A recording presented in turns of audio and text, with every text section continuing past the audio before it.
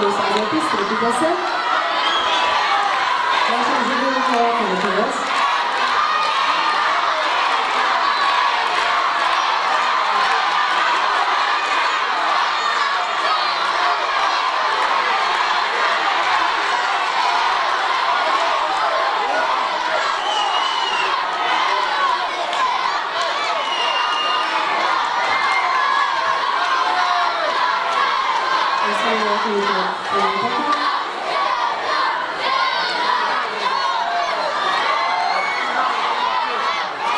Znači, publika misli da je pobednik.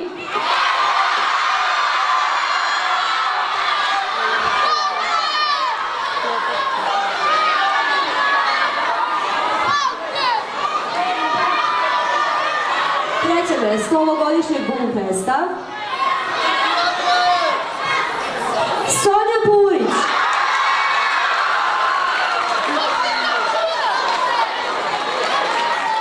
Drugo mesto.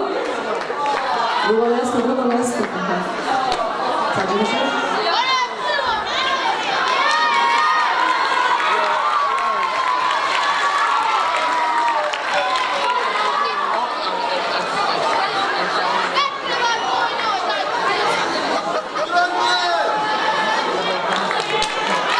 Šta publika misli ko je drugo mesto?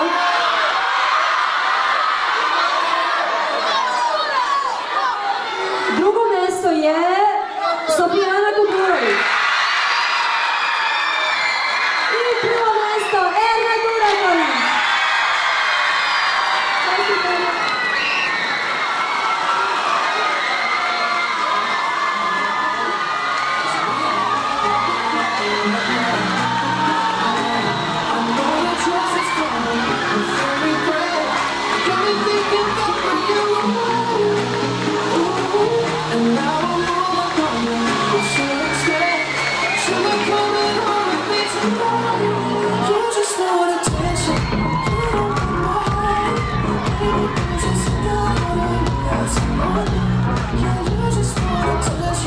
Hvala vam svima, vidimo se sljedeće godine.